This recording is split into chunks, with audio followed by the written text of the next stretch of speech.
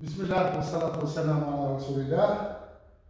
أعزائنا الطلبة، نبدأ في حل السلسلة رقم 5, la série numéro 5 concernant les mouvements relatifs. On commence par l'exo 1 de la série.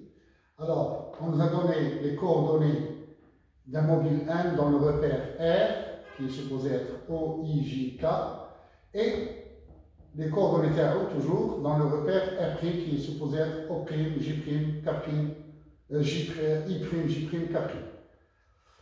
Alors, ça, on nous a donné bien sûr l'information la plus importante, c'est que les deux repères, l'un ne tourne pas par rapport à l'autre. Il n'y a pas de rotation. C'est-à-dire I' égale à I, J' égale à J, K' égale à K.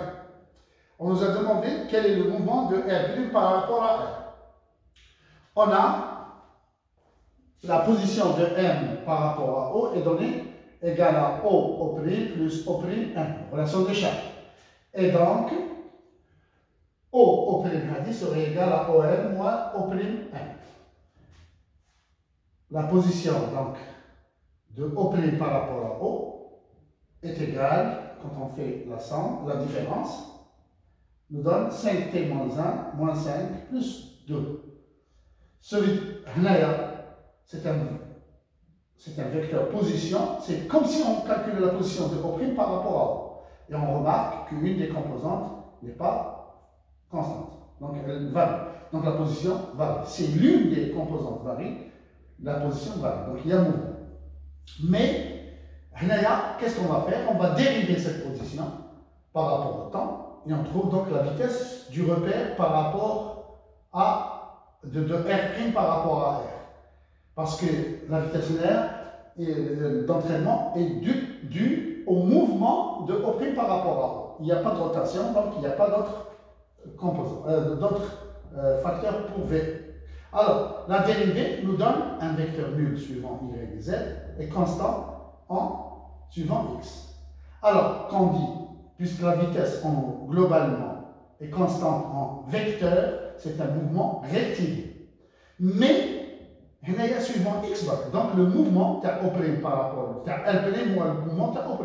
C'est un mouvement rectiligne suivant X. Quand on a deux composantes non nulles, qui sont dans le plan ou dans l'espace, mais toujours rectiligne, tant que la vitesse est constante. C'est un vecteur constant, nul ou pas. Mais donc, il y a un constant et suivant une direction. Donc, puisque R ne tourne pas par rapport à R, le mouvement TAO, c'est le mouvement TAO'.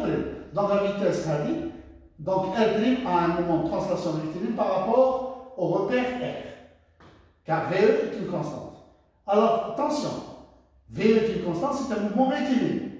Il est suivant X parce qu'il n'a de composante que suivant X. Si c'était suivant Y, donc, mouvement rectiligne suivant l'axe Y. Ou là suivant Z, ou là dans le plan XY, avec un deux autres non nul, ou la filiata dans l'espace, mais un mouvement rectiligne. Bon, rectiligne et uniforme. Bon, on a calculé gamma, donc on a dérivé deux fois, c'est la deuxième dérivée, et on a calculé gamma prime, dérivé O'1 deux fois. Et donc, on a trouvé que les gamma étaient égal à gamma prime, c'est-à-dire gamma relatif égal à gamma absolu. Mais au départ, on savait que gamma C égale à 0, parce qu'il n'y a pas de rotation. Donc gamma C égale à 0. Et puisque le repère a un mouvement rectiligne par rapport au repère de la forme, donc il n'y a pas de gamma E. Gamma C n'a cache, gamma E n'a cache, donc c'était nécessaire que gamma égale à gamma relatif. Pour le deuxième exercice, le but c'était, donc le problème c'était de trouver le premier problème, c'était de détecter ce que nous voit le mobile, ce que nous voit le repère mobile ou ce que nous voit le repère fixe. Le repère fixe c'était le sol, bien sûr. Mais c'est qui le mobile? On s'intéresse au mouvement du vent. Donc le vent, on voit le mobile. Le bateau, c'est un repère mobile. Il a un mouvement rectiligne uniforme, donc il n'y a pas de rotation. Donc I', J', K' sont égaux avec I, J et K. Alors, donc le bateau, c'est R', X', Z', et le sol, c'est le repère fixe. la vitesse du vent par rapport au bateau et la vitesse et par rapport au sol, elles sont constantes. La vitesse est constante en direction et en module.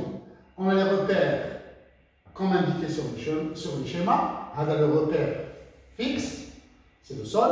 Le repère mobile, c'est le bateau. Le bateau, il a une vitesse vers le nord, comme ça. Donc une direction nord, sud, est, ouest. Le vent siffle, c'est l'indicateur, c'est le mât ou le drapeau. Il indique 30 degrés bêta avec la direction est. Ou il indique 45 degrés par rapport au mât, donc par rapport à l'ouest. S'il n'y a pas ni gamma R, ni gamma C, ni gamma E, les accélérations Coriolis maquillage parce qu'il n'y a pas de rotation, le bateau circule à vitesse constante, donc gamma E est nul, et le vent a une vitesse constante, donc par rapport gamma R ou gamma A. L'exercice ne concerne que les accélérations. Donc, on a la fameuse relation vitesse absolue égale vitesse relative, vitesse plus vitesse d'entraînement. On a les I', donc c'est un plan, lequel je suis capillé. Vitesse du vent par rapport au sol, vitesse du vent par rapport au bateau, vitesse du bateau par rapport au sol. Donc c'est dans un plan. Donc la vitesse du vent par rapport au sol fait un angle bêta avec l'axe OX. La vitesse du vent par rapport au bateau fait un angle alpha avec l'axe OY. Donc par projection de la relation 1 donc on a deux équations. Deux équations, ce que l'on va les faire en inconnu. Les bêta alpha sont connus. La vitesse du bateau par rapport au sol, elle est donnée égale à 10. Donc la seule inconnue, c'est l'intensité ou le module de VVS ou la de VVB. On nous a demandé en premier lieu la vitesse du vent par rapport au sol, donc VVS. Et donc, qu'est-ce qu'on fait? On multiplie la première équation par sinus alpha pour avoir le même facteur. Et on a la deuxième équation par bêta. Et donc, on fait la soustraction et on a VVS, cosinus alpha, catena, cosinus sinus, sinus cosinus, etc. nous donne la valeur. Et donc, il y a catena. Or, alpha est égal à 45. Quand on a 45, cosinus alpha est égal à sinus alpha. Donc, sinus alpha, sinus alpha, sinus alpha. Et voilà. Il y a VVS sur cosinus bêta moins sinus bêta. Application, on trouve VVS égale à 27,32. La vitesse par rapport de l'équation A, l'équation A,